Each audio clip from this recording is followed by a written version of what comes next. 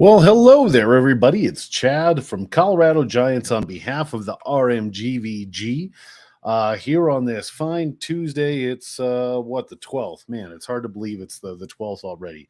Hopefully, everybody's had some great weather in Colorado. It's been our typical Colorado. It's 70 degrees today, and we're supposed to get a foot of snow tomorrow. So, gotta love that. Super excited to have Cindy Tobeck on today. One of the most, I don't know, I guess you could probably call Cindy iconic. One of the most iconic growers in the hobby sport today. So without further ado, let's just jump right into it. I will read the intro and we'll bring Cindy in. We have lots of questions queued up for her. And if you have questions, make sure to type them in the chat and we will add them into the rotation. So Cindy Tobeck in a nutshell, she's a high energy, ambitious, goal-oriented, and fun third grade teacher from Olympia, Washington, who lives on 6 acres. Cindy loves to show horses and has trained her own Arabian to multiple regional, national, and international championships in dressage and working hunter over fences. We'll have to ask her what exactly that means. When she's not in the barn, you will find her hiking, backpacking, downhill skiing, traveling, kayaking, running, and of course, growing giant pumpkins and squash. Cindy is the Great Pumpkin Commonwealth Vice President, West Coast Regional Representative, and GPC Common Ground newsletter editor. She's been in the Atlantic Giant Grower of the Year top 20 numerous times, and member of the 4,000-pound club, 4,500, 48, 51, 54, and 5,700-pound club. Not an overachiever, even a little bit. Cindy has won the prestigious Half Moon Bay Championship Pumpkin Weigh-Off, as well as other pumpkin or squash wins at Central Market, Buman Farms, Carpenito Brothers, Hard Rock, and Nut Tree. She has held state records in giant pumpkin, giant squash, long gourd, bushel gourd, marrow, field pumpkin, and giant cabbage. Cindy holds a Guinness World Record for the greatest GPC Master Gardener score ever achieved of 265.72 points, and also has the GPC's second highest score in the category. She has been focused lately on the giant squash category and was the GPC World Champion in 2022, winning the green jacket for her 1,997 pounder. She repeated the World Championship in 2023, having the number one squash in the world with her 1884. Cindy is one of only 3 people in the world who have grown both a 2,000-pound squash and a 2,000-pound pumpkin. Her goals in 2024 are to get into the 6,000-pound club, grow a 2,400 or larger pumpkin, and reclaim the Washington state record. Show her mare Annie in carriage driving and hike the coast of Portugal to Santiago, Spain. So, without further ado, let's get to know Cindy. Hello, Cindy. Welcome to the show. How are you tonight? Hi, Chad. I'm glad to be here. Thank you. You are very welcome. Cindy, how do you have such beautiful flowing hair? We went through everything, and what immediately comes to mind is, my God, you do everything. Yeah, I definitely burn the candle at both ends.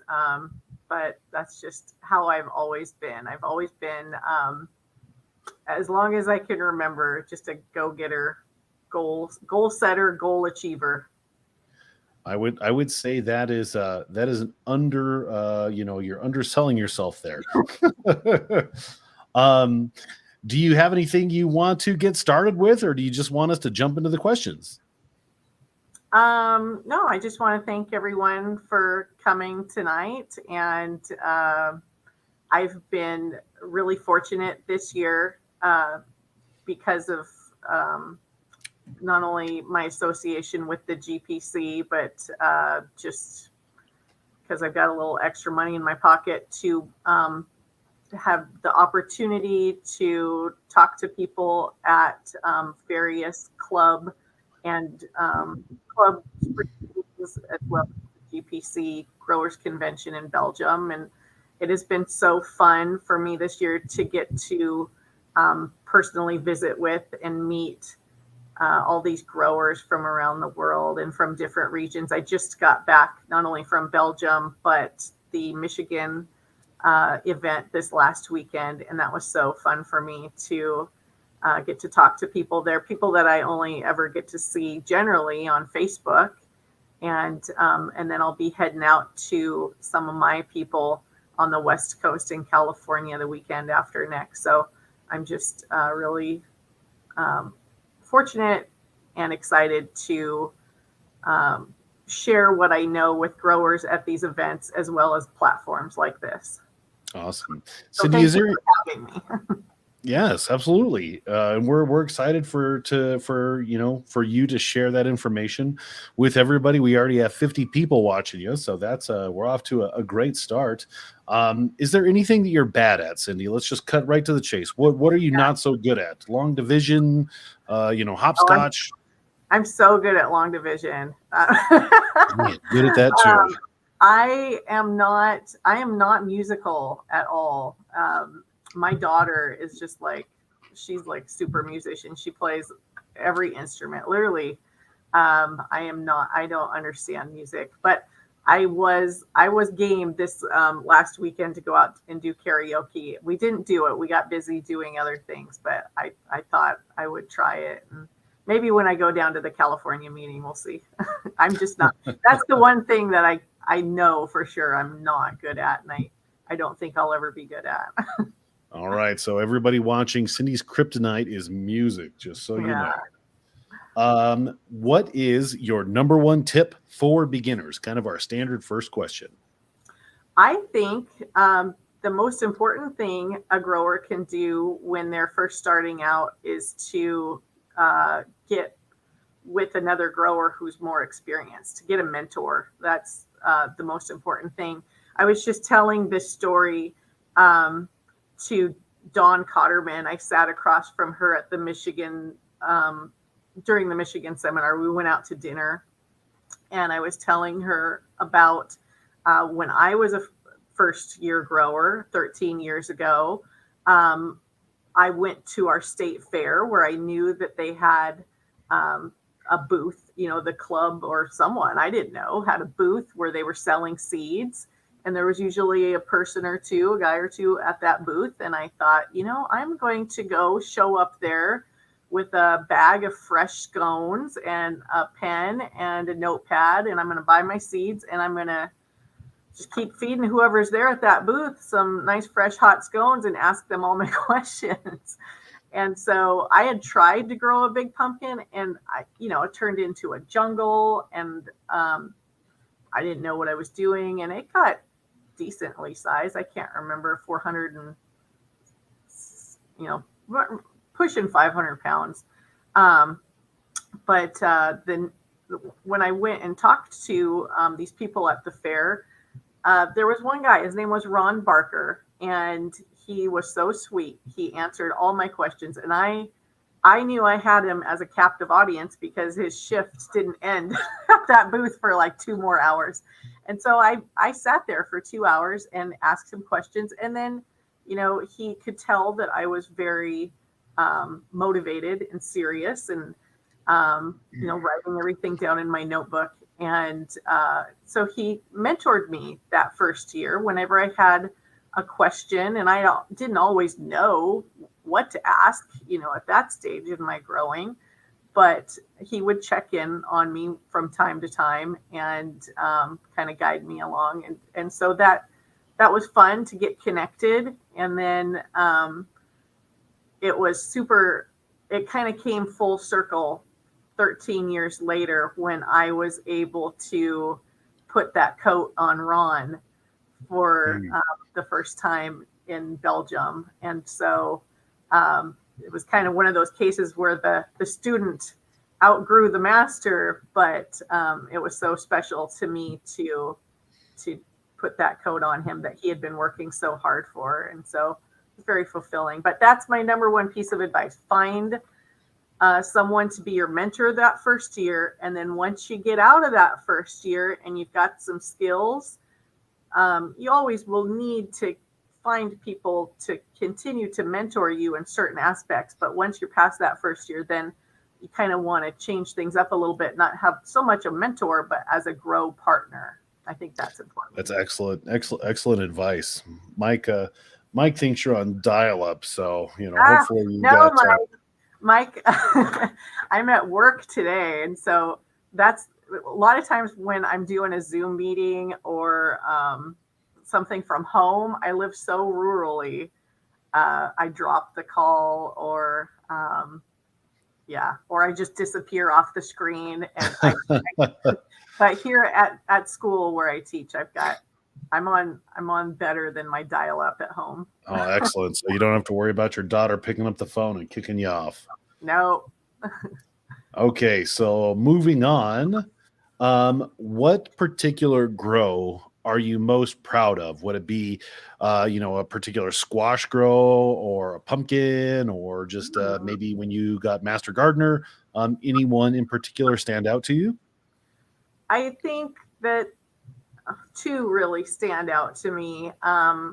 One was I really felt like I arrived that year that I won Half Moon Bay. That was pretty cool. Up until that point, I just had the goal of winning the fair. I mean, that's all I really knew. And then one of my mentors, Jack LaRue, he kind of put it into my head that, there's a whole lot better things than the fair. And so he kind of opened my eyes to that. And then, I went to Bauman's and I saw what a way off really could be.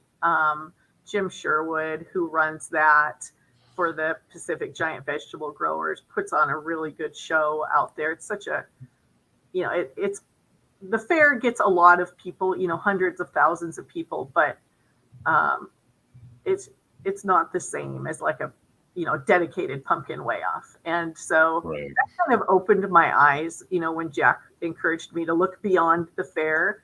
And then I saw at our spring meeting, Steve Deletus had the Half Moon Bay jacket on, and I am so prize motivated. I saw that jacket and I'm like, I must have that. And so then I met John Hockley, and he was telling me that was at my first GPC convention in Wilkes-Barre, Pennsylvania, and he had just won Half Moon Bay, and he was telling me about how much fun he had with, getting the hotel at the Ritz and the parade that they put on for you, and I thought, okay, I'm going to do that. And I set the goal, and I just did everything I could, and I won it. And that really opened up so many doors for me. I think, I hate to say this, but as a lady grower, I felt like I wasn't always taking that seriously. And maybe it's because I like to have a lot of fun with my pumpkins, and because I'm, having fun and not shy about it, jumping up on my pumpkin, taking funny pictures in September. Maybe people don't take me as seriously as a grower, as someone who, is educated in what I do. And that showed the world, I think, that I'm a contender out there. So that was a very special one. And then the year that I got that world record, that Guinness record for the Master Gardener, that was huge. That was so much work. I mean, that felt like the biggest marathon. And I love to work, and I'm out there till I can't see anymore, and then I'll turn on my headlight and keep working. But that's beyond hard work. And thank goodness. I mean, I don't want to credit myself completely for that win. I mean, I've got to also credit COVID for that win, because that was the year of COVID. And so we had to shut the schools down. And I was probably working harder as a teacher during COVID, because I had to totally recreate what I do. But I was given that flexibility. So I would do all my lessons, my video YouTube lessons late at night, filming those and doing my planning late at night so that I could do some more things during the day with the garden. So, there was one good thing about COVID that I was able to achieve that crazy high score for Master Gardener. So that was probably the highlight. I mean, whenever you get a Guinness World Record, that's got to be a highlight, right? Yeah. You make the book of you're the best in the world at something. I think that's deserved of some good feelings there for sure. Yeah. So speaking of Half Moon Bay and your celebrations and whatnot, can you describe to us? This is probably the most important question that we're going to ask tonight. How does one correctly toebuck? Do you have to have the arms at is it a certain angle? Do we need like a chest? Yeah, kind of out, back straight. What's the correct technique there? It's one of these. Let me get in the frame there. It's one of these. All right, so arms forward a little bit, not straight up. It's kind of like no, I'm just trying to get in the frame. There we go. Okay. All right, so straight up. So when you do the toebuck, everybody, you got to straight up. All right. I love that. That's just standing on your pumpkin is called the toebuck now. If I die tomorrow, at least I've got that right. Yes, that is the if nothing else, you are known for that. Can you tell us about your growing area? What is the weather like? Do you grow in a greenhouse, large patches, small patches, et cetera, et cetera? Yeah, I'm fortunate in that I have 6 acres, and so I get to rotate.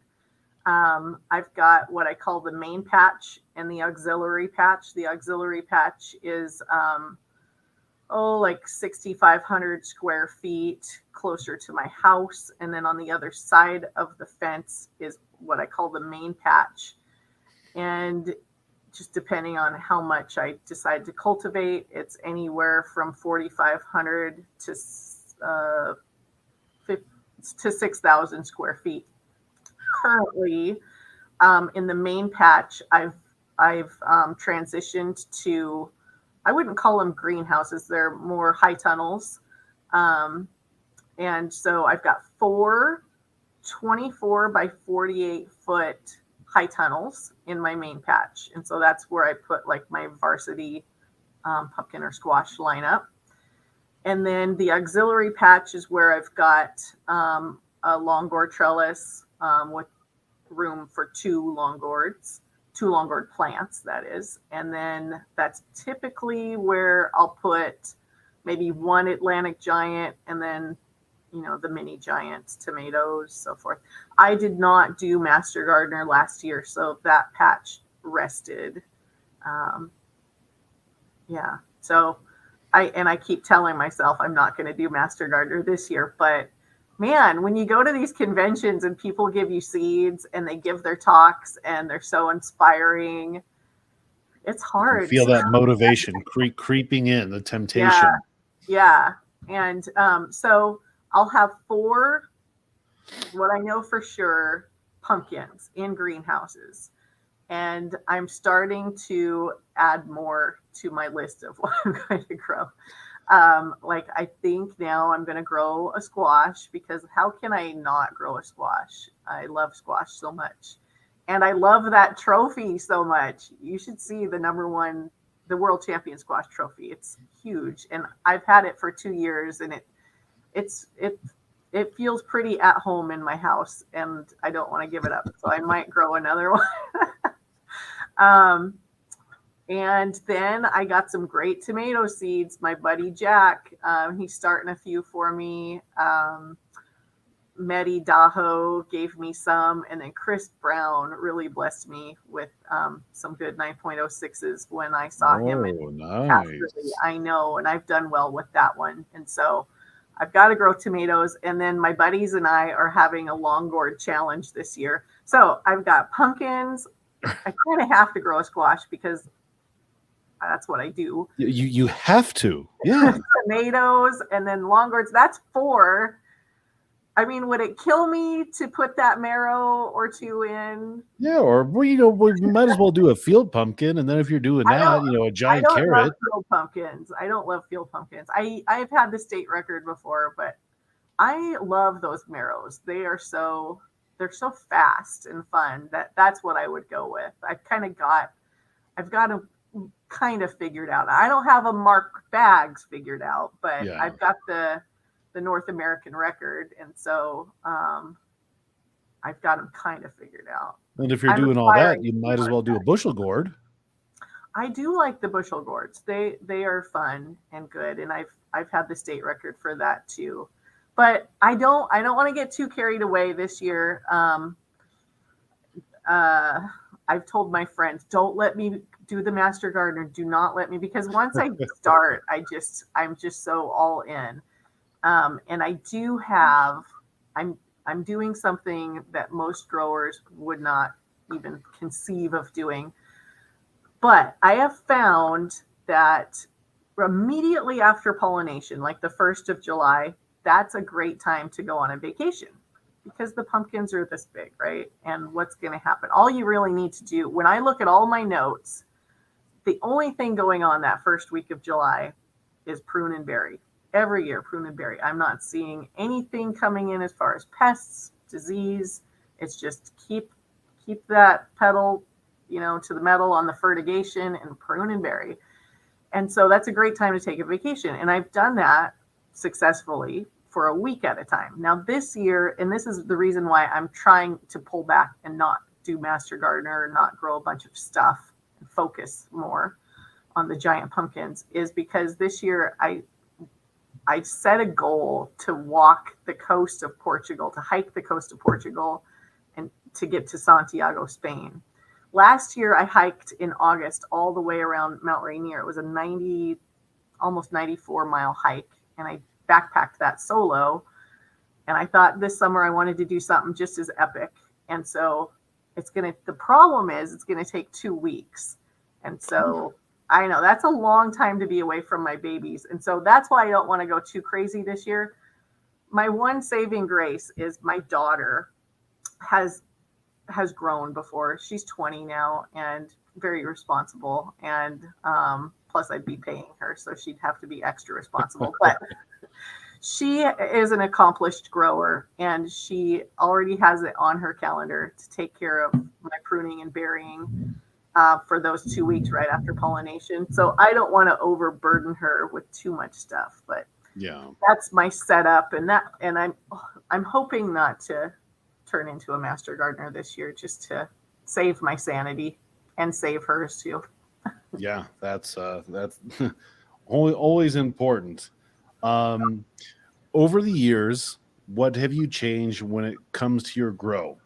Do you feel that there was any one thing that perhaps kind of put you on the path to success, be it fertilizer, technology of any sorts, a greenhouse, anything along those lines? Well, I'd say 3 things. One, probably the most important, was having a grow partner through the years. I mean, that's having someone to bounce ideas and motivate each other really changed. For a lot of years, I don't know how many years, I had a grow partner, and we would talk every single day about, I mean, even in the off season, about what our plans were, about this research we read. I would say, hey, I'm going to do this. And they would freak out and say, no, do not do that. Just, making me think twice about things. So that having a dedicated person, I think, really changed things for me. And I want to say that I have had a person to rely on, partner like that since 2016. It hasn't always been the same person. It's been a couple different people, but that's huge. And it's someone who I feel like we were equals. They weren't my mentor. We were kind of on the same playing field, and we could grow together. I mean, literally and figuratively. Um, Yeah. and we were both, highly motivated individuals. And my grow partner now, I feel, is the same. We're both insanely motivated. And then not only do I have a grow partner, but I've got like a collaborative group that we bounce ideas off of each other with. So that is important. That really changed. That's number one. Mm-hmm. Because 2 heads are always better than 1, or in some cases, 6 heads are better than 1. Yeah. The high tunnels, because I live in a maritime climate, that extends my season, and so that has made a big difference for me. Although, my personal best was an outdoor squash. So that 2030, that was outdoors. So I can't say that, they're always perfect, but I think I have more consistency with those high tunnels. And then what was my other? I had 3 in mind, and now I can't even remember. Oh, automation. I have automated watering. With I am so busy in the summer with my horses and the pumpkins that in order to have time to eat, just be a normal person, I've got to have a pretty high degree of automation. And so Yeah. having, I have friends who hand water everything, and there's no way, especially if you're going to do something as big of an endeavor as Master Gardener, there's no way I could do it that way. So my fertigation system with the T-tapes is all automatic. And then I've got probes out there that send me my information to any computer on my phone. And so just that technology, that's a big time saver for me. That allows that kind of time, makes it so that I can have a weed-free patch, or make sure all my vines are always buried on time. Mm-hmm. That frees up so much so that I can do important things. Absolutely. And let's see here. We gotta put James. Don't be late, James. Come on. But thank you. And then Jason wanted to tempt you butternut squash. Yeah. Um, yeah, no. I do like watching these butternuts, and I'm always joking with my friends about, it seems like 100 butternut world records a year that come rolling in. It's like everyone's got a butternut world record. Maybe I should have one too, but I do like to eat butternut squash. I don't know. I've got some good seeds. I do. I've been given some really good butternut seeds. And I did think that this year I would grow like an eating garden. Yeah. But I don't know. I'm just so busy. I'm trying to stay focused. And if I'm going to grow something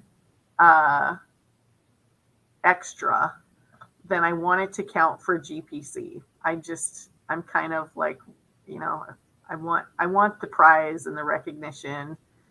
And marrows have my heart. Those things, if you've never grown a marrow, you got to grow a marrow. They're like the top fuel dragsters of the giant world. They grow so fast. And if you blow one up, and you will, you just set another one. It'll be like, one day it's this big, like a zucchini, and 2 days later it's like an alligator out in your patch. It's crazy. Yeah, they're pretty crazy.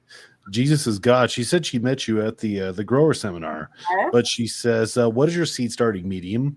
Do you mix your own, or do you use store-bought?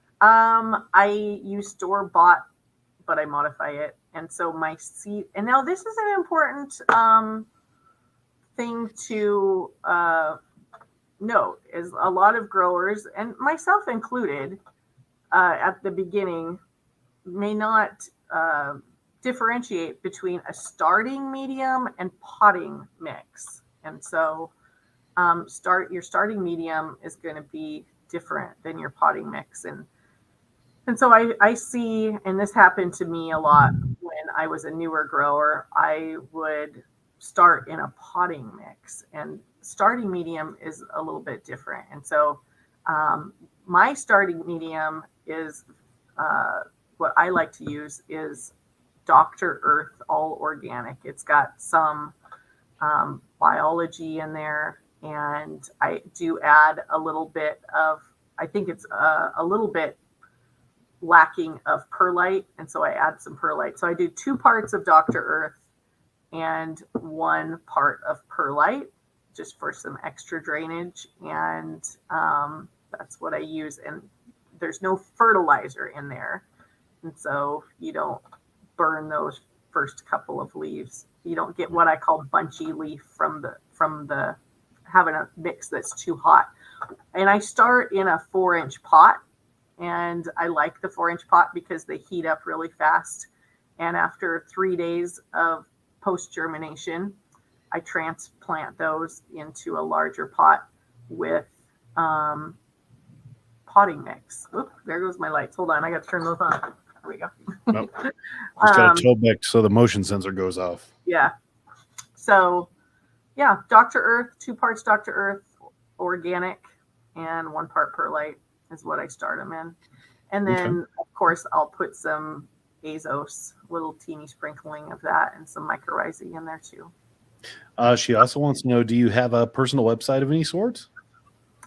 I do not. I just have my Facebook, my personal Facebook, and I have just this last year I started making some videos for mostly geared toward newer growers. And so you can find a handful of videos on YouTube that I wanted to help.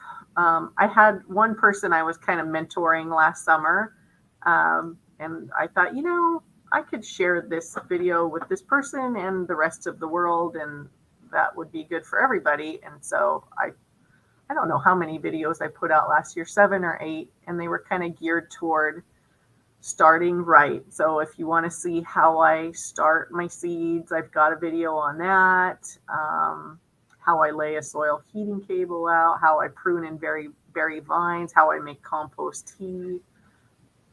It's just some really good basic fundamental information. So that's on YouTube. Yeah. Do you know the name of your channel? Do you have one that did you modify it so it's custom? No, you just have to search Cindy Tobeck. Okay, I'm not. So everybody search Cindy Tobeck and subscribe to her channel. Cody wants to know, how many hours a day do you spend in your patches? I guess it depends. Like last year, it felt like a vacation compared to the previous 2 years of Master Gardener. I am kind of lucky because I'm a teacher, and so come the end of June, I get to spend as much time as I want to in the patch. And when I was doing Master Gardener, it was a lot of time. It was like all day, pretty much all day. And then I'd take a break and ride horses and try to remember to eat lunch or dinner and then get back out there. So all day, if you're doing Master Gardener, it's an insane amount of work. But last year, I was more of a normal grower. I grew 4.5 pumpkins, 3 squash, 1 giant pumpkin, and then 150 square foot plant. And I would probably spend an hour out there in the morning time and getting everything set up for the day. And then in the afternoon, I'll typically probably spend 3 more hours out there for 4.5 plants. Oh, I'm not hearing you, Chad. Are you on mute? There we go. So I'm hearing a huge amount of time from you. So what you're saying is, if you're going to do Master Gardener, you need to make sure that you have an abundance of free time or a physical partner to help share that load, or no job. Yeah, yeah, or COVID, that helped. The next COVID. year, the next year I did Master Gardener and I got the second best score of all time. Um, and that wasn't a COVID year, but um, but I still put a lot of time in. And Jack LaRue was trying to get me to do a third year. He's like, no one's ever won it 3 years in a row. And I'm like, that's okay. I've got that Guinness World Record. I think I'm good. It just burned me out. And so it's kind of nice to just be down to 4 competition AGs. Like Although, just for. yeah, just 4. So that felt like a vacation to me to have just 4 plants plus the 150. And Cliff wants to know, in squash growing, are the genetics just a little bit behind? Are they just a bit harder to grow? Because I would say, what would you say, Cindy? For every one Atlantic giant, is there maybe like, I don't know, 1/4 worth of giant squash grown? There's not many of them. Yeah. People are not, I don't know why, as interested in giant squash. They are so beautiful. They do like give you a lot of anxiety though, because they change color. They're like chameleons throughout the year. They'll change color constantly. I have a friend, he's on the GPC committee, Patrick. He grew, I think it was my 2030. Maybe it was another one, but I think it was that one. And it was huge. But like in August, it got a massive orange spot on it. I mean, just bright orange. It was like 18 by 12 by 18 orange spot. And I was just like, oh man. And so, but by way off time, it was totally green. So the squash do give you anxiety. They're constantly changing color. And for those who don't know, green squash have to be totally green, right? No orange, even a little bit. One spot of orange, it's a pumpkin. Exactly. The rule is 100% blue, green, or gray. And bronzing is allowed. So once you get typically past day 100 on a squash, they start getting more brown or bronze in color, and that's legal too. But once they get bronze, you kind of worry, is this going to be an orangey bronze? And so you really have to time the squash. And so I typically don't want to go any more than 100 days. So the question is, are the genetics just a little behind? And the answer is yes, I feel like they are. I don't think they're any harder to grow. They're the exact same methods you would use to grow a giant pumpkin. Other than I in order to kind of lock in that green pigment of the fruit, I take the sheet off in the early morning hours when the sun isn't so high and intense, and then I put it back on, say about 11 o'clock, and then I take it off at about 5 o'clock at night. And that really greens up that squash. I had a gal in Oregon grow one of my seeds last year. She kept the sheet on all the time, and it was just too pale. It was such a light green. It was pretty much white. And so if she would have unsheeted it to, get that green locked in, I'm sure she would have been fine. But they're no harder to grow. Same techniques other than that sheeting. We're just behind. We need more people growing them and breeding them. We had Ashton, who's PG3 from California, do some breeding last year in some of his seed crosses, pumpkin and squash crosses, to get those pumpkin lines. Those were for sale at some of the auctions. I have been trying to do some breeding this last year. It did not work out for me.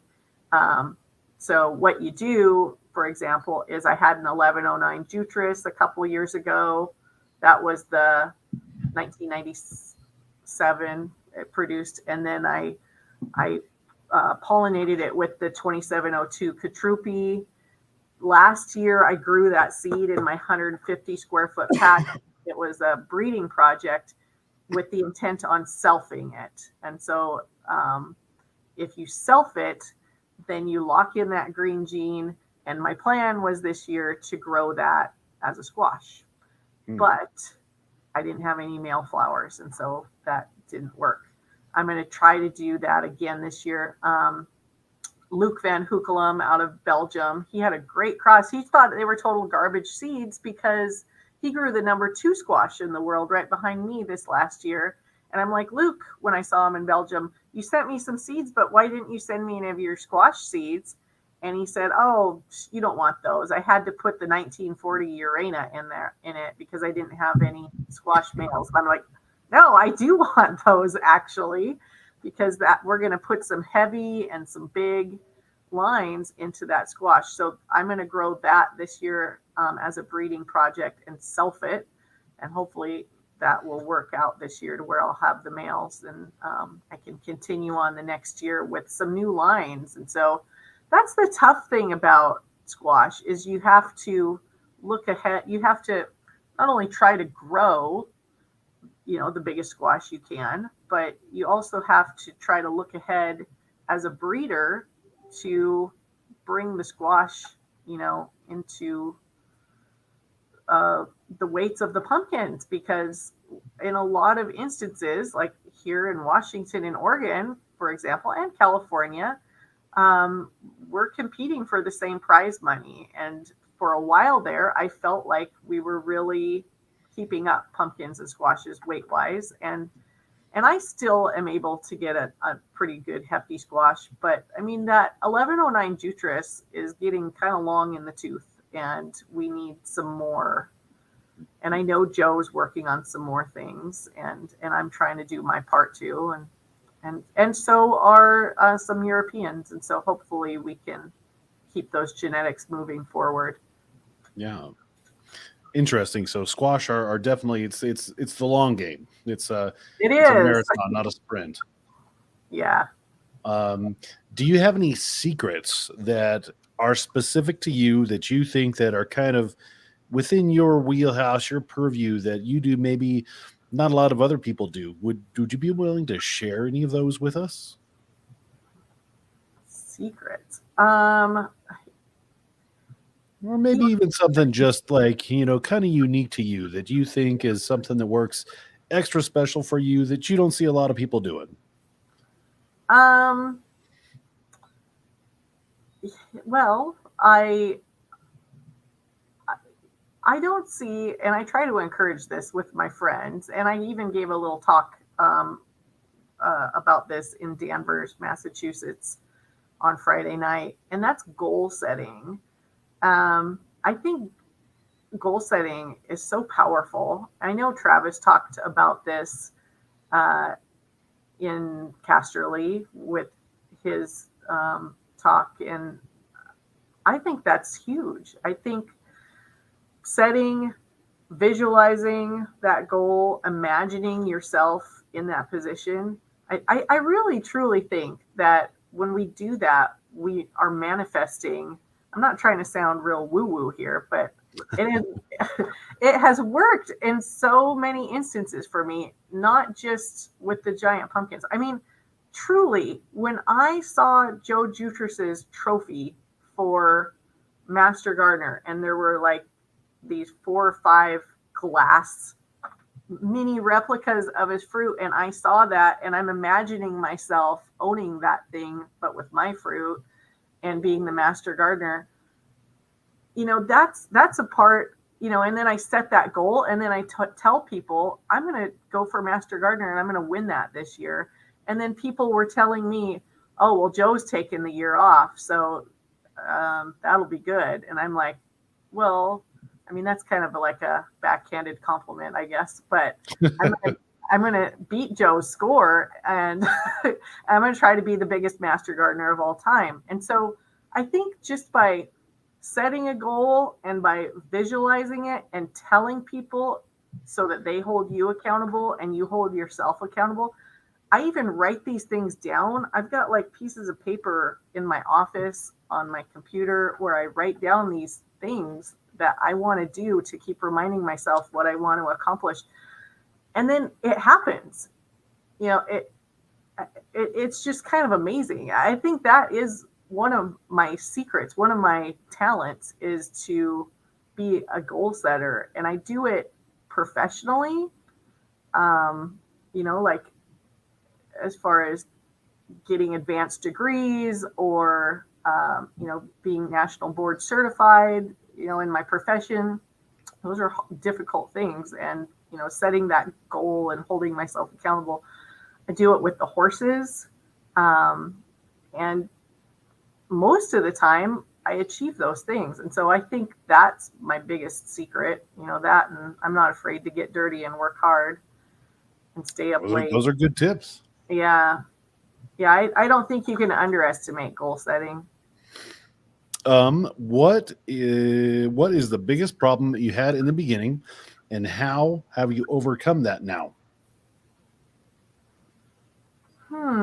My biggest problem, or learning curve, or anything like that. Perhaps your partner helped you just overcome the lack of knowledge in the beginning. No, I just remembered. It's you got to be, that feeling we have like right now and at the beginning of the season when there's so much anticipation and excitement for the seeds we're growing, and we've got so much energy.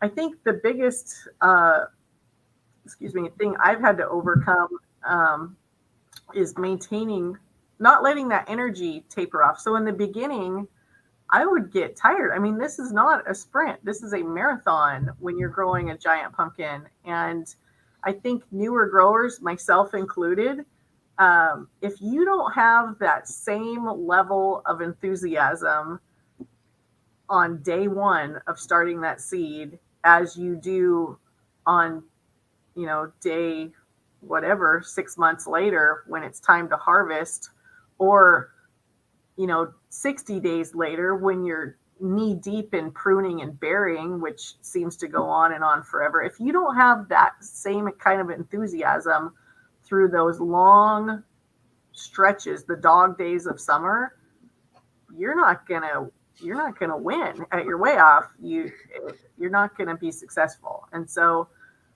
you need to have that same excited attitude at the beginning as you have in the middle and 3/4 of the way and at the end.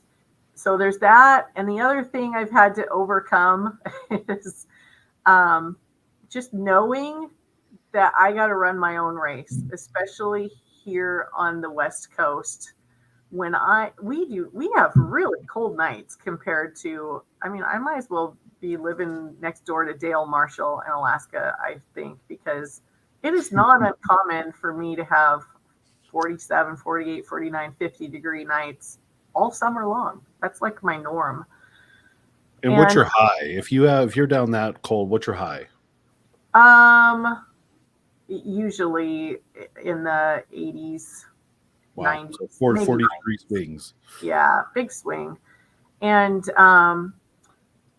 so my day 20 numbers, my day 30 numbers look way different. And so that was a problem for a few years, just that discouragement. Because of social media, I can find out what, on Facebook, everyone's day 20, day 30. And man, that makes me sad.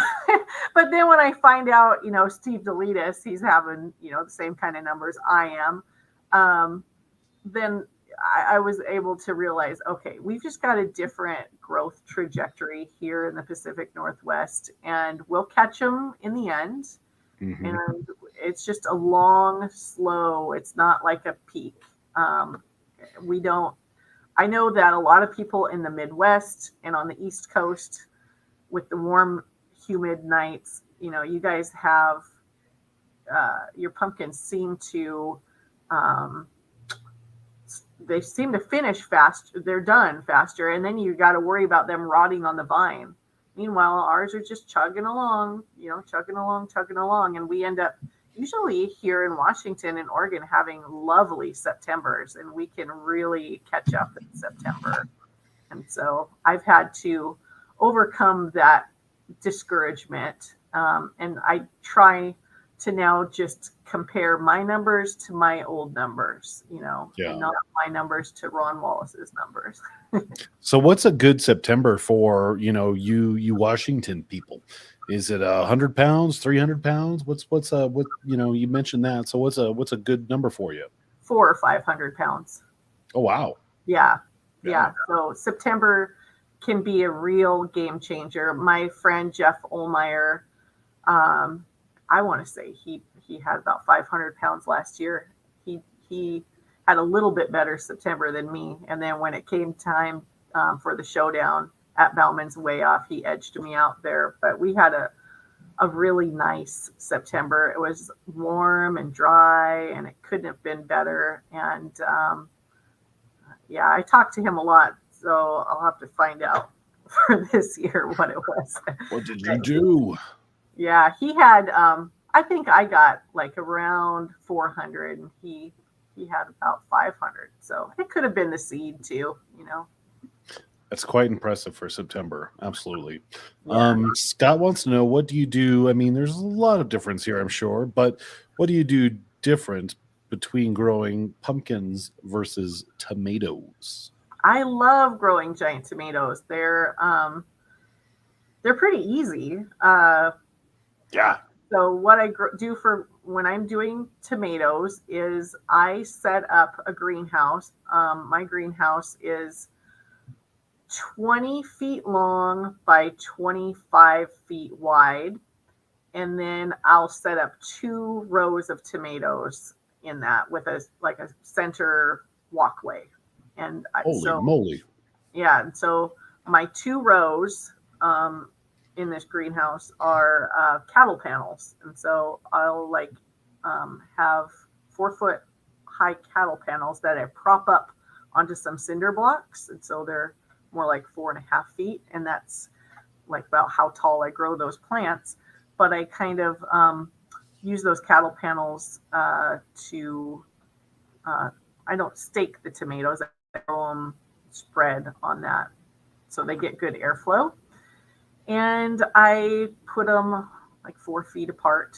And so I'll put, 5 or 6 down each side, each row. So I'll do anywhere from 10 to 12 tomatoes in that greenhouse. Since I'm such good friends with Jack and go over to his house, I see his plants are spaced out farther than mine, and it would probably do me better if I grew less tomatoes in that area than I do in hindsight. Yeah, so what I also do that's different than the giant pumpkins is I water consistently, but I space those drip lines out farther, and so they're getting less water. And I've grown tomatoes with my pumpkins. Like if I have a nice, extra plant that I don't want to throw on the compost pile or whatever, and no one wants to claim it, I'll stick it in the corner of my pumpkin greenhouse. So it's getting, the full complement of giant pumpkin fertilizer and all the water. And actually, they seem to do fine as long as it's consistent.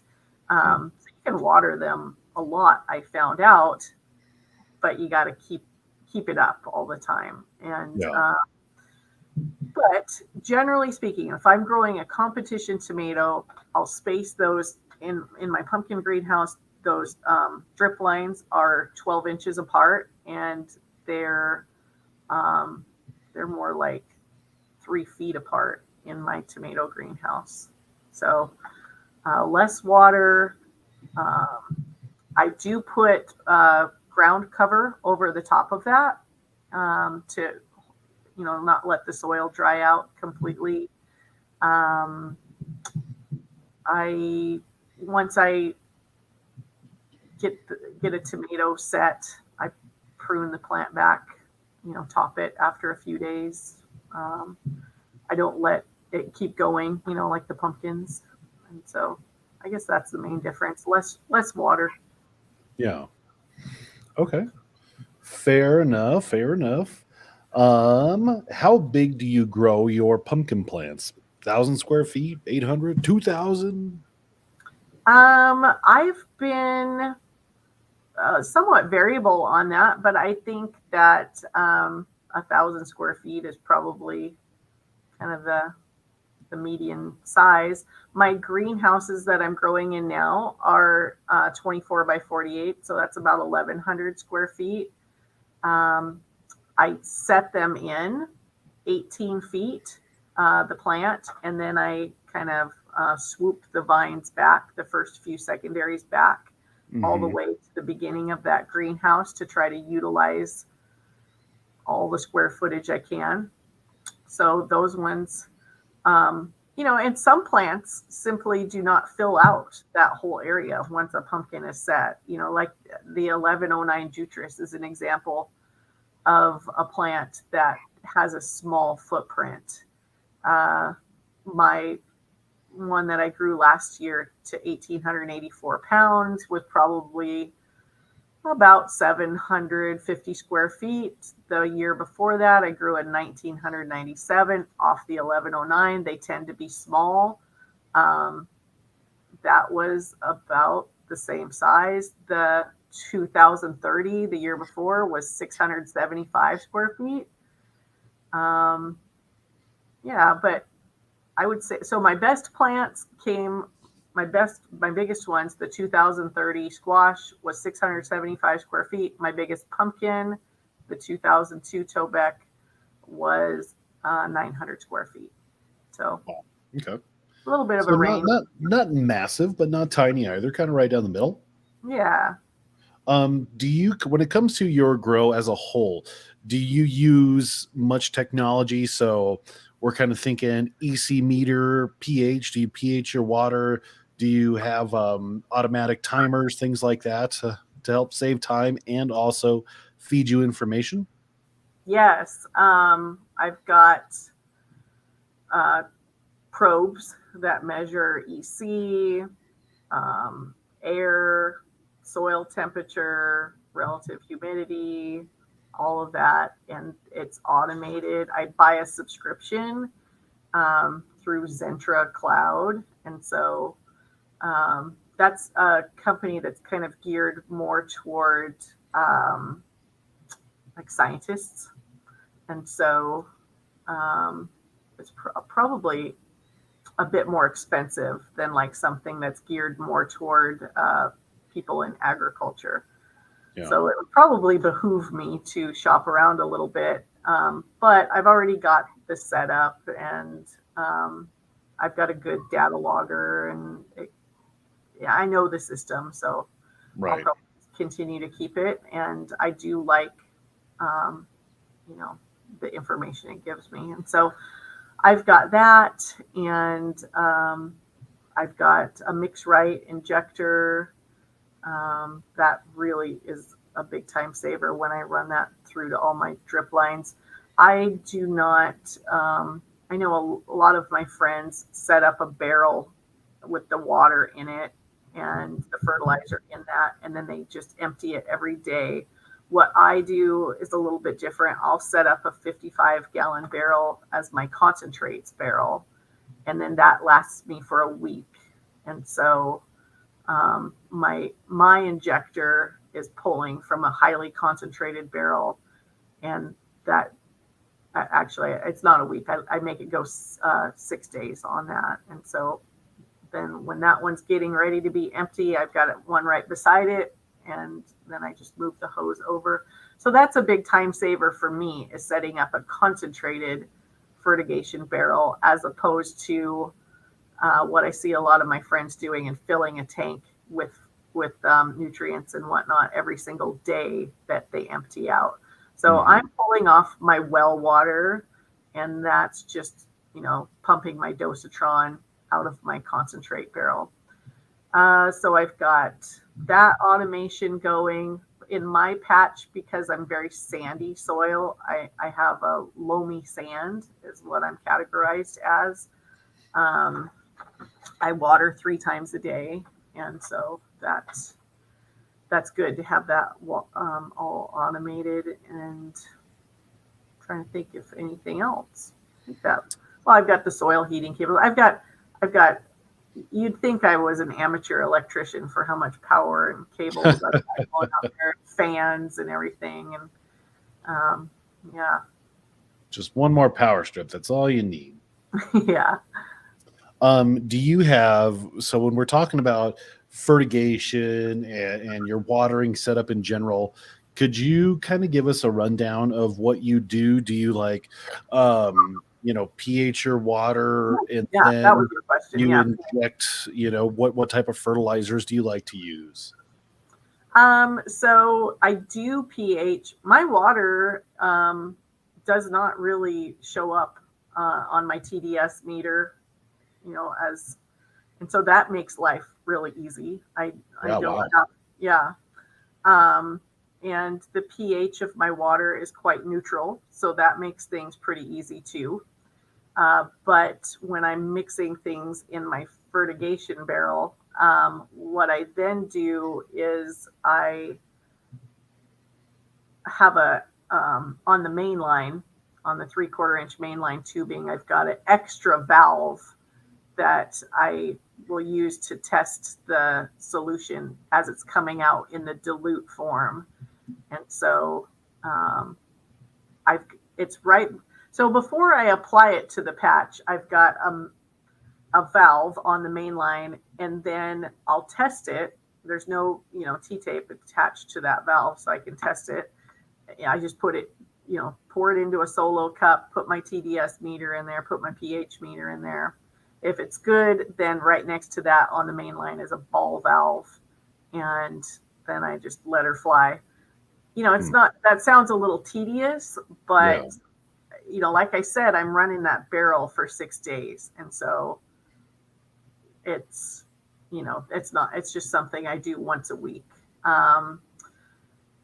And so many of the recipes that I have used, I've done before, that sometimes, if I'm running late, I already know from that recipe, that nutrient barrel recipe, what it's going to test out as. And so this year I'm going to change things up quite a bit, but I've been really focused the last several years on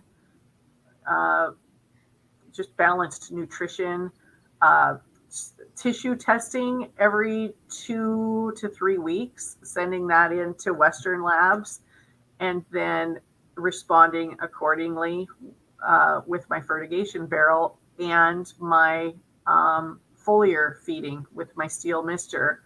And so I just, have been focused on plant nutrition and making sure those nutrients are right, using that tissue test as my data. And I feel like that's gotten me to this point.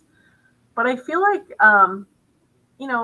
as good as I've been, I can get better. And what I want to do now is focus more on the soil, the rhizosphere, the health of that soil. And so I'm going to be trying some new things this year that really have nothing to do with, what's in my nutrient barrel. And that's focusing on soil health. I'm going to actually be doing a no-till patch or 2 this year. I think I'm going to do 2 different ways, and then 2 traditional tillage patches, just because it's kind of a learning curve, and it's actually a lot of physical work to do no-till to start out.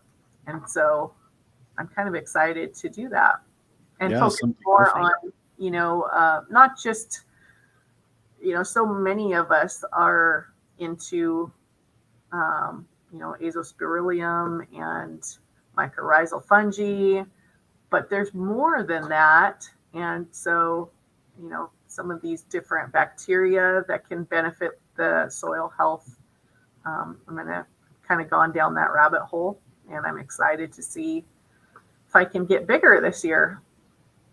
Which is a great segue into Ralph's question. What biological products will you be using this year? Well, the usuals, like I just mentioned, of course. And then, listening to Brandon on his talk last week, And then I followed up with him on a phone call from Rocky Mountain BioAg. Nice. He seems to have a lot of great information. Last year, I used some great biological things. I wish I was at home instead of at work, because then I could just look at my list. But, I use of course, mycorrhizae and azos, but I also use root shield. I think that's a big one. Ralph, I've been working all day and I cannot think of things on my list. All the good stuff. Tried like the SP1 and the MT17 this year. A lot of growers had good success with that. Some of the Qantas products and so forth. I saw Ron added that to his website today. I saw that on the email too. Yeah, just literally 10 minutes after I placed my order for starter packs, I see that email and I'm like, God dang it. Last year I used Versity when I watered in my vines. I used a wettable powder mycorrhizae, not just the granular like when I was burying vines, but I also used a solution of mycorrhizae to bury my vines.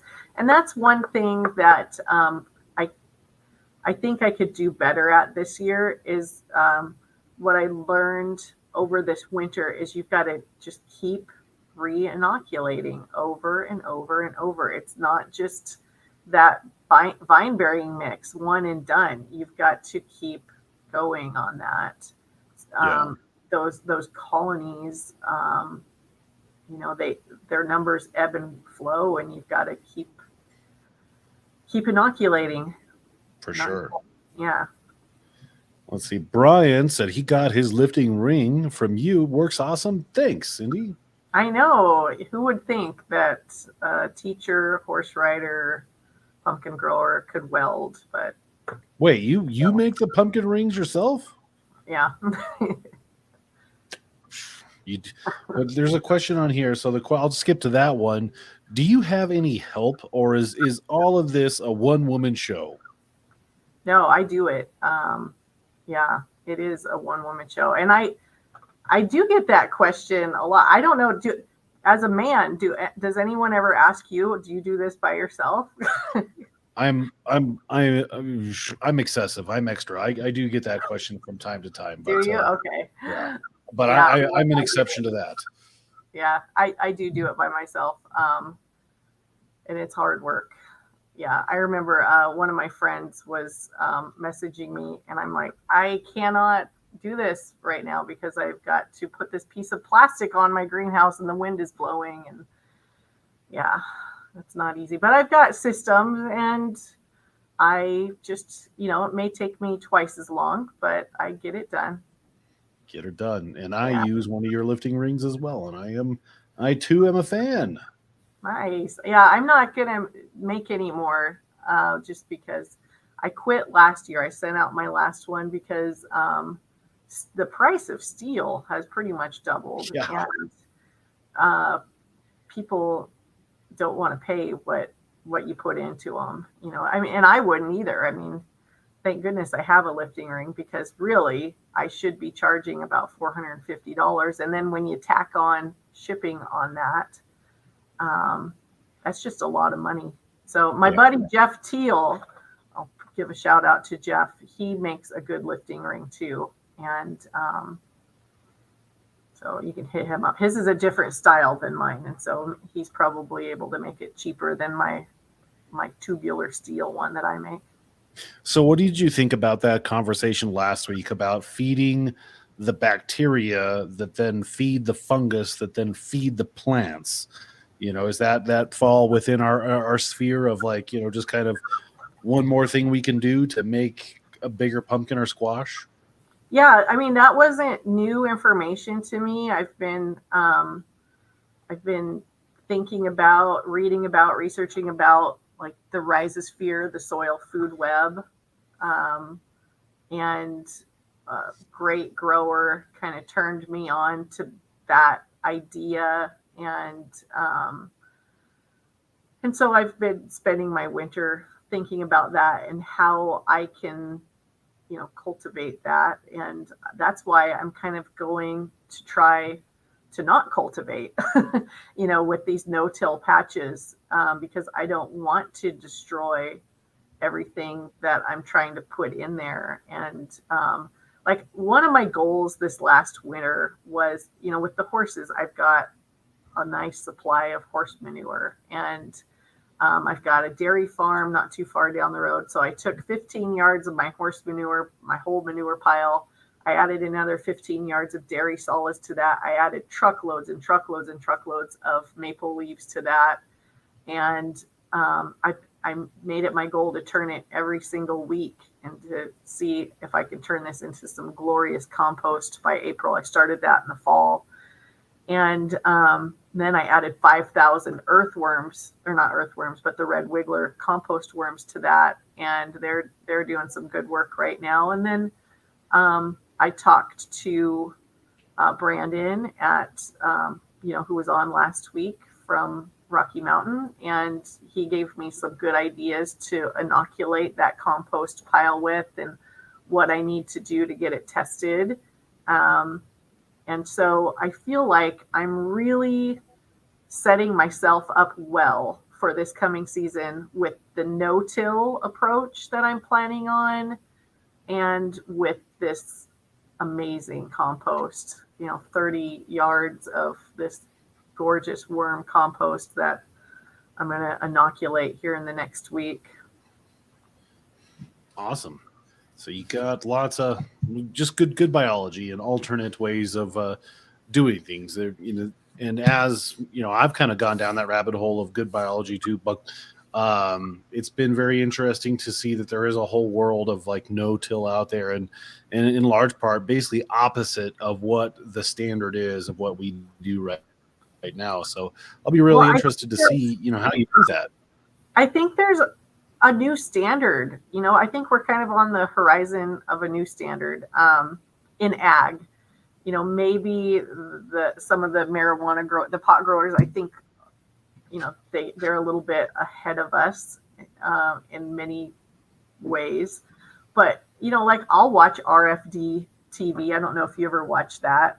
And there'll be shows in there with big ag. And this is the way they're going too. No-till, strip-till, vertical till, biologicals.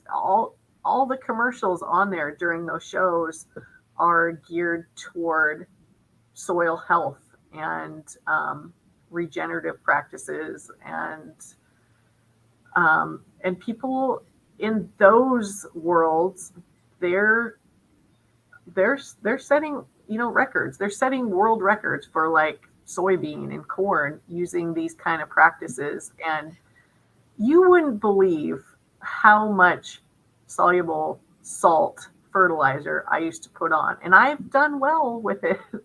But I think there's a better way, and I'm really, after my winter research and seeing some other friends' results that have shifted, and they're doing these more earth-friendly methods and getting away from the salts, I'm really excited and anticipating what I can do that route coupled with the no-till. And it may not, I'm not under the illusion that it's going to all be, rainbows and unicorns this first year, because I am of the understanding that these things take a couple, 3 years, but I think, from what I understand, a no-till patch to be totally like in the zone takes about 3 years.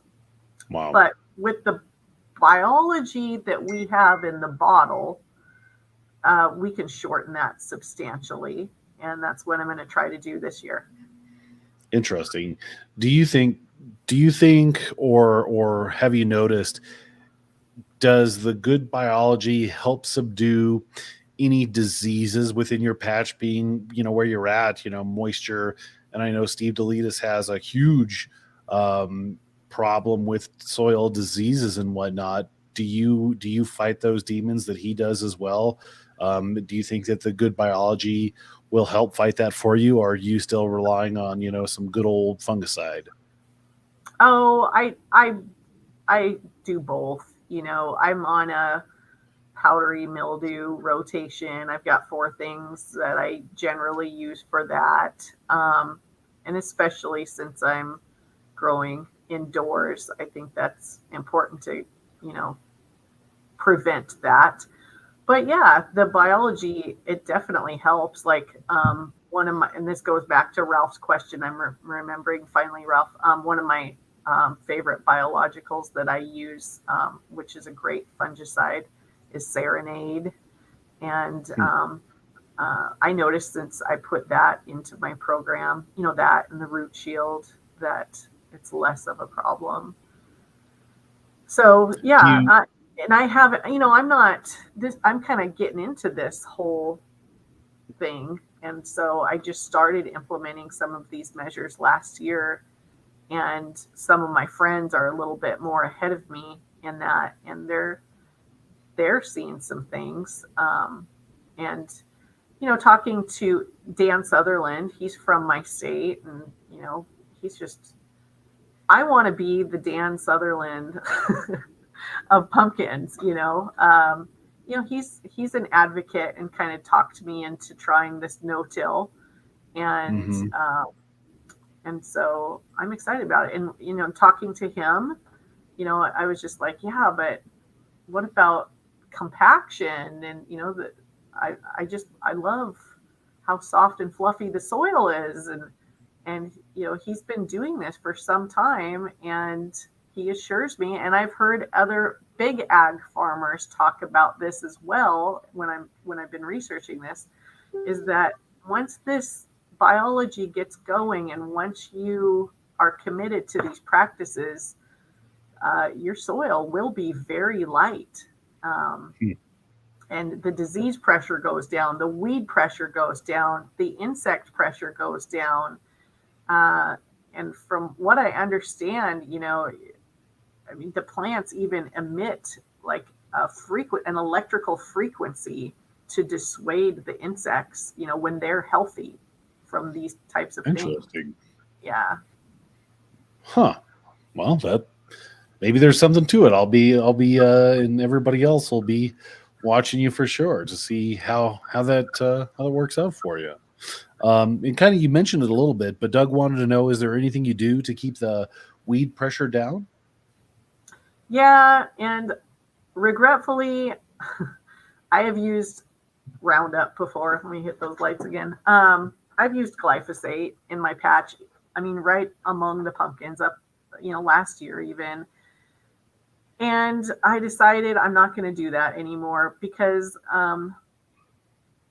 one, I'm always fighting manganese. I need my manganese higher. And in my research, I have found, and so many of us are low in manganese, and that's such an important thing to giant pumpkins. 2 things that make your manganese low. One is glyphosate. It binds to the glyphosate and makes it unavailable. And so many of us, pre-rototilling will spray our patches, or, like me, I'll do a mid-season very light spray to kill those things within the plant. And all I'm doing is hurting myself, hurting my soil.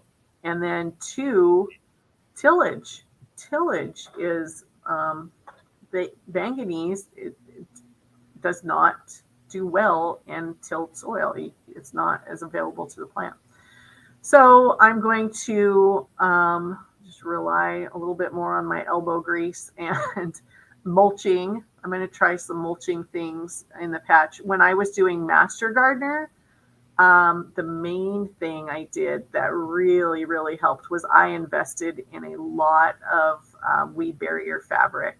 And so that was a lifesaver. If you want to try for the Master Gardener, get yourself some of that woven black weed barrier fabric, put it under your lawn gourd trellis, put it on all your walkways, put it on the parts of your patch. and this is another thing, Doug, that I do, that I have done, is on my tilled spots that the plant hasn't reached out to, I'll staple weed barrier fabric down to that to keep the weeds down.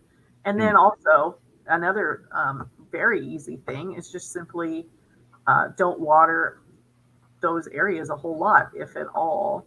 And so that, not running your drip tape, across and watering the entire area helps keep weeds down.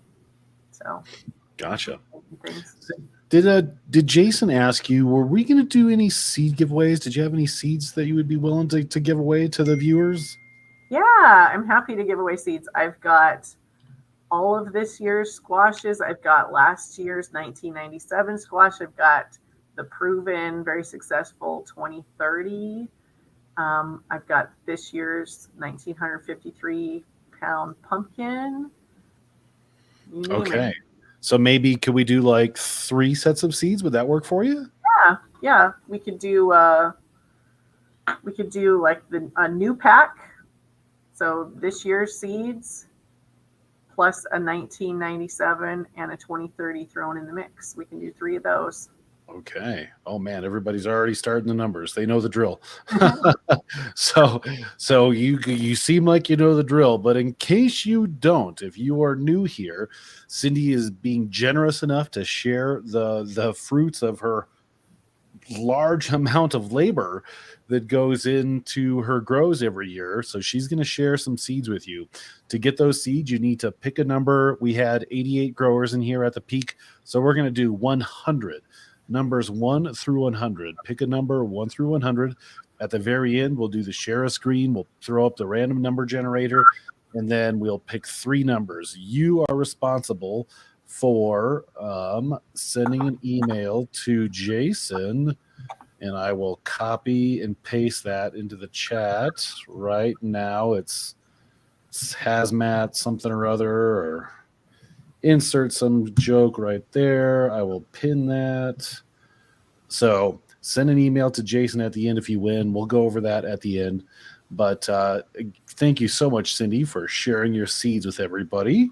Yeah, we need more squash growers in the world. So I encourage I'm right there with you. I have been on the fence for the last few years, and I don't know why I haven't done it. Does squash count towards your patch count? So if I grow 2 pumpkins in a squash? Yes. And so if you're trying to go, I'm glad you brought this up. If you're trying to do the grower of the year, that's Atlantic Giants. So if you want to get in the 6,000 pound club, like that's my goal this year, is to grow a 2,000 pound average. You've got to take 3 Atlantic Giants to 3 different weigh-offs. That could be, like last year for me, pumpkin squash. It could be squash. It could be any combination of those. And so that GOTY, G-O-T-Y, grower of the year, those different heavy hitter club awards, those are for all Atlantic Giants. We also have, starting this last season, the squash grower of the year. So I was squash grower of the year, and to be that person, you have to have 3 different green squash to 3 different weigh-offs.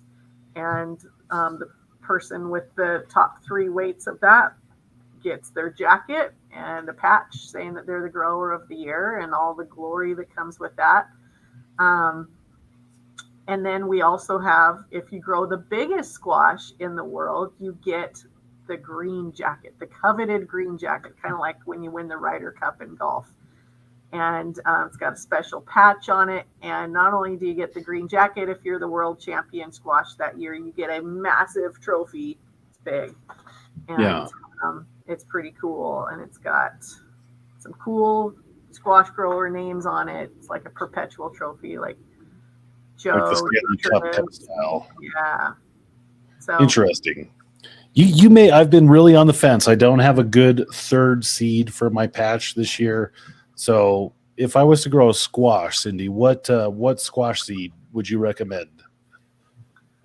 Oh man, I've seen Well, this last year I had a really good one, and I felt like I was gonna make a run for the world record with my 2030. That is a good one. It's proven. Most people get a nice green one out of it. I had a good, big, fast, aggressive green one last year until the mice got underneath of it. Oh, no. I did harvest it after the mice chewed on it. And I thought the mice had chewed through. When I pulled it out of the greenhouse, it wasn't all the way through. I might have been able to save that. That was very regretful on my part. So that will be in the squash pack. It's a 1,500 estimate seed that had a great seed count, and it was a good shape, good color. But I pollinated that with my 1109, which grew the biggest squash in the world this year, the 1884. I think I personally am going to grow that 1884 this year, and because it's kind of got that nice aggressive 2030 as its pollinator. They both had great color, good shape on that. So that would be my vote, that 1884. Now, if you're also, squash work for the Atlantic Giant Gaudis, the Jackets, Heavy Hitter Club, the Squash Grower of the Year. But there's another thing that you've got to consider. If you want to be the master gardener, you pretty much better grow a squash. And you probably should grow two, have one backup, because the way the master gardener points are set up, the things that they're set up so that the 95th percentile best weights, if you're within that 95th percentile with your weight, you're going to get big time points. Now, let's think about squash, the weights on those. There are very, very few truly ginormous squash, of all time in the GPC. It's just a handful in the 2,000 pound range. What, three 2,000 pound squash? Wow. A handful of just a very small amount of 19 and 1800s. It's so few that if you are accomplished enough as a grower, if you're growing pumpkins that big, you definitely can grow squash that big. And that is going to just load your master gardener points up so well. So if you're going to go for master gardener, it behooves you to grow a big green squash. So Mike will grow some big green squash and then just use some green dye, and he's got it taken care of. Ryan, hello, Cindy. Second year grower this year. I decided to put some heating cables in, and I wanted to see if you had any advice. Yeah, I did, Ryan, a YouTube video. So if you look that up, I show you how I put heating cables in. I have used all the different kinds of heating cables, the long gray heavy duty ones. I've used gutter cables. I've used the cheap flimsy orange ones. And honestly, those cheap flimsy orange ones, you can buy them at Ron's website, wallacewow.com. They're pretty cheap. Get the bigger one, I think 48 feet or something like that. Those I've always grown my biggest pumpkins on those ones. So you not only want to get a soil heating cable like that, but more importantly, you want to get a thermostat for it. And I just use one of the the thermostats you use when you're germinating your seeds in the germination chamber, like a Grow Quick or something like that. Ron's also got those on his website as well. And then if you're growing outside, just zip that up in like a gallon Ziploc plastic bag, set it to 72 degrees, and you're good to go. But do check out that video I put on YouTube if you're new to soil heating cables, because I've got a pretty good way of doing that. It's been a few years since I've done those. I will have to watch that myself. Fascinating question here. I had totally forgotten that you had grown on a scale. Doc was talking with us, giving us some information on that. in general, Scott's question is, what changes did you make after growing on a scale? And I will also throw out there, what were some of the most informative or surprising things that you learned when you grew on a scale? Yeah, that's a great question. First of all, let me just say that growing on a scale is not as cool as what I thought it was going to be. So I just thought, and I remember the first year Mike grew on a scale, Mike Schmidt, I wanted to, Mike who stares at Travis.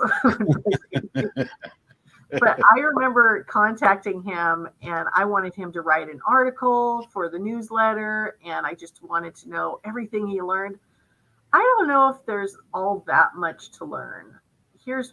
And the reason why I wanted to grow on a scale was because I had talked to the watermelon growers in Las Vegas, and there's so much to learn from growers of other fruits. And I was fascinated by what they told me because they all grow on scales. And they were telling me these amazing stories, like the watermelon, if its time to grow is at 7 p.m., every day it will grow at 7 p.m. And I thought, you've got to be kidding me. And I had wondered, well, were our pumpkins the same way? They were telling me stories of how the watermelon is basically like a barometer. And if there's a cold front or a low pressure system or a storm moving in, the watermelon will like predict that and lose weight. So I was just like, oh my gosh, I've got to see this. And so I got a scale and built a platform for it and a frame and all that. And it is a lot of work growing on a scale, just the logistics of setting the scale up under your chosen baby pumpkin. And then, for me, one of my big fears was the pumpkin growing off the scale. So I had to find like specialty plywood, which isn't cheap, like a 5x5 sheet of plywood as my decking. And then make sure, that it's set up. And I used Mike Schmidt's advice pretty heavily. Make sure it's set up, in a good spot, because once it's on that scale, you're kind of committed to that for the most part. Now, last year, I've grown on a scale 3 times now. Last year, what happened to me was what I always feared would happen to me, and it turned into a bird bath.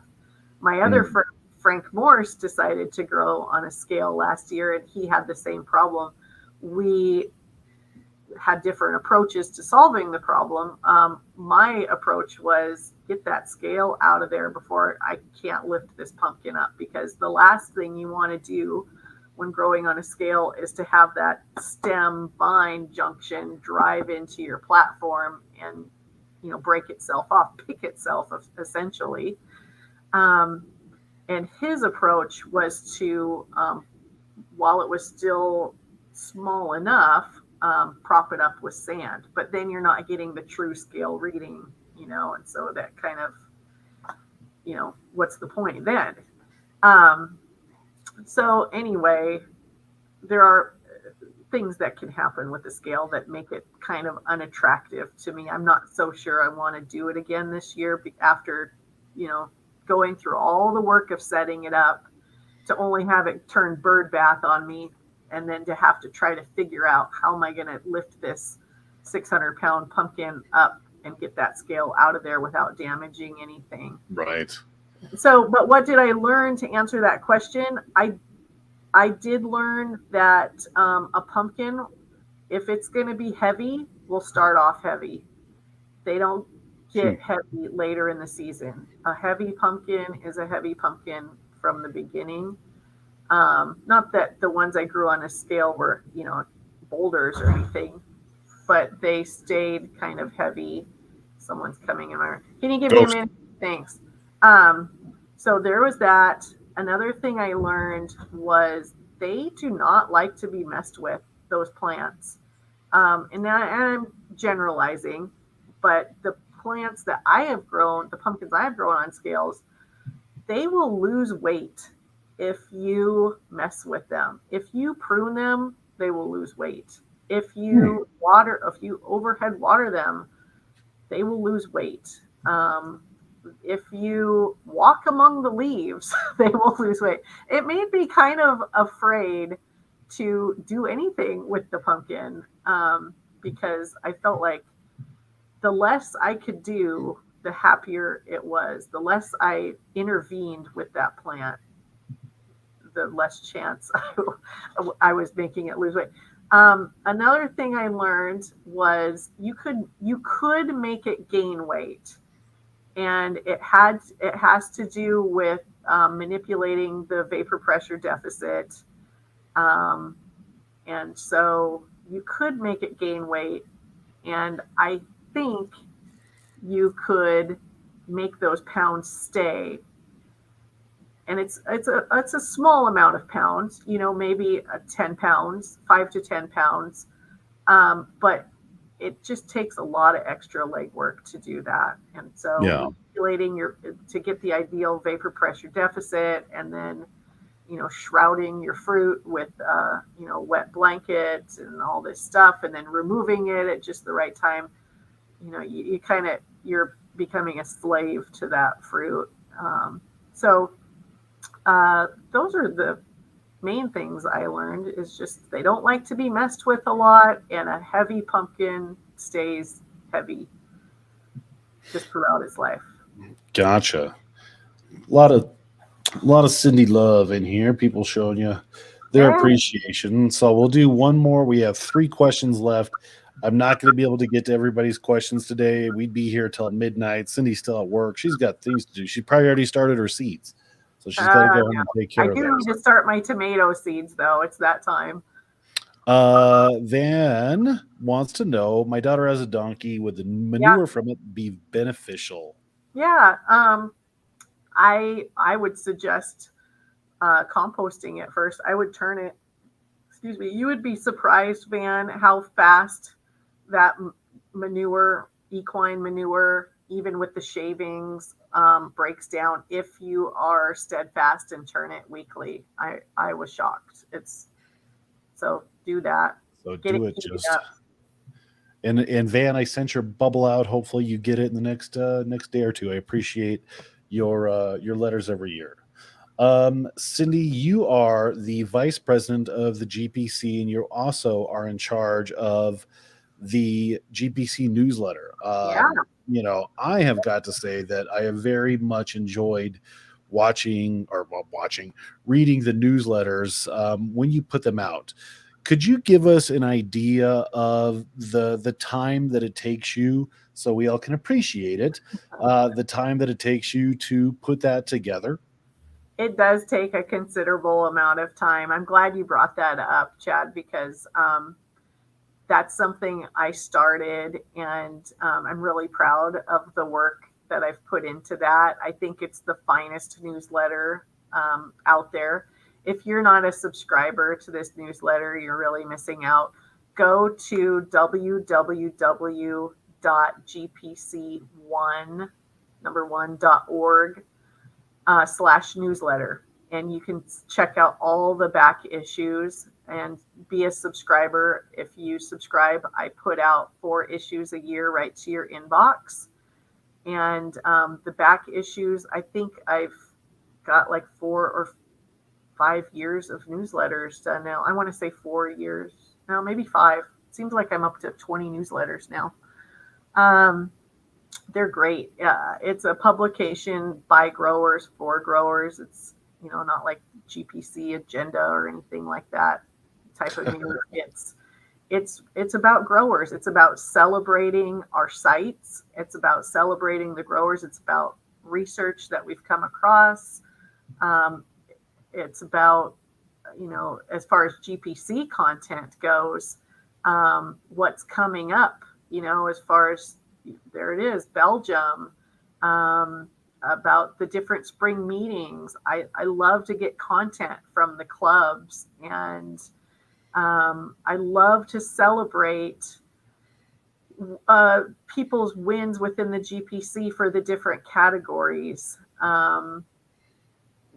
This last issue that we had featured all of the new growers of the year for watermelon, long gourd, bushel gourd, marrows, not just the Atlantic giant, but all those categories. It's important to celebrate all of our people within the GPC categories.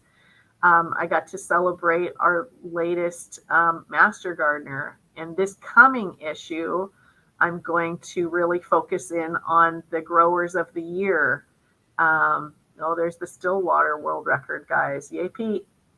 Man, Yay, what a Charlie. way off. Whew. And so, I'll get all those grower of the year coat winners, the heavy hitter. So here's an article that you're scrolling through. Lee Roof is a grower in my area. And so I really love it when people send me their ideas, because that's how, I can't emphasize enough. I throughout my talk tonight, I've talked about how important collaboration is. And this is another way that we can communicate and contribute as a community, in a collaborative way, and grow these weights forward. And so submitting your thoughts, ideas, articles, pictures and captions, results, spring meeting recaps. I love getting all of that. That brings us together as a community, and it helps us to advance our weights going forward. And so I spend a lot of time. I don't even want to know how many hours I spend putting that together. The hardest one for me to do is the spring one, because usually we're all so busy and getting our patches ready. And so, yeah, that spring one's tough. But I'm kind of excited at the same time, because that Belgium International Growers Convention was the best convention I've ever been to. Wow. I had so much fun. Those European growers, they really rolled out the red carpet to the world, and they know about hospitality and about making people welcome. My GPC committee, we worked so hard to, put together a good awards show and recognize the growers and have fun things planned for people along with the Casterly group. And so I was proud of the work that we did there. And so I'll have a lot to write about in, the Casterly recap and Awesome. focus on those jacket winners. So when are you going to be GPC president? Well, I mean, I've only been vice president for 3 weeks, so Time for an upgrade. I don't know, maybe never. I kind of like the idea of vice president, because I can have some good input, but there's not like a target on my back. Not that there are a lot of Cindy haters out there. I feel like I've got a good relationship with growers from all over, but I'm not eager to be the president. I've got a lot of area here on the West Coast to manage, and that newsletter takes up a lot of my time. And Cindy, for those who might not know, last thing, could you give us a recap? Like, what is the GPC convention? If people in here have never been, maybe they don't know.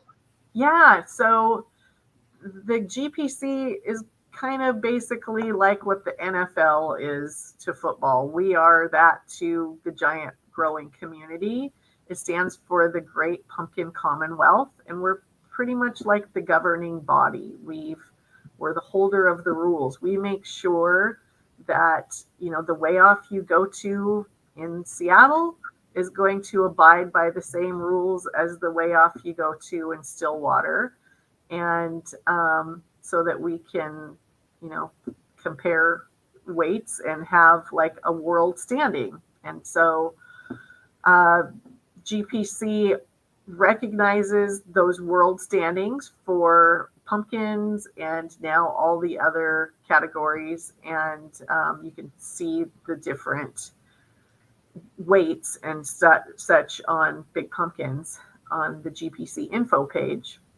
But also the GPC website, www.gpc1.org, is such a fantastic resource, especially if you go down to Jack's stats. Jack LaRue, he's our statistician and historian, and he's the one who works behind the scenes so that we can award growers. So we award, things at these world conventions, these international growing conventions every year for Master Gardener, for Growers of the Year. When you see growers with their fancy jackets, their GPC jackets, that's for recognition that they're getting for their grows, and they're awarded at these conventions.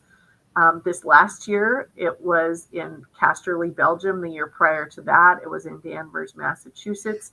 This coming year, we're coming back to the United States, and it will be in March. I don't know the exact dates yet, but it will be back at Lambeau Field in Wisconsin. And that was a fun venue that we were at a few years back. And so we're ready to go back there again. And right now we're thinking we need to get the convention after Lambeau Field. There I am. Back to the West Coast. And so right now we're taking bids, the GPC is, for West Coast venues. So if your club in the Rocky Mountain area or the West Coast region would like to host and help support a GPC convention, you can talk to me, message me, and I'll explain to you what you need to do to make that happen. So far, we've got one bid, and it looks like a good one. And so, but we're still in the planning process. So if there's any other places that want to host a convention, talk to your rep or talk to me as the vice president, and I'm happy to walk you through that process so that we can help you do that. Sounds good. Jason, if you are watching this, Jason, you should take that on and put forth a proposal to do it in Colorado so we don't have to go anywhere for once. Yeah. And if you don't know already, here is Cindy's YouTube channel. Just go, search Cindy Tobeck. It's Cindy Tobeck 6304. So check out her channel. She has lots of good information on there. And with that, let's do the seed giveaway. As you can see, I have 1 plugged in as our minimum, 100 plugged in as our maximum.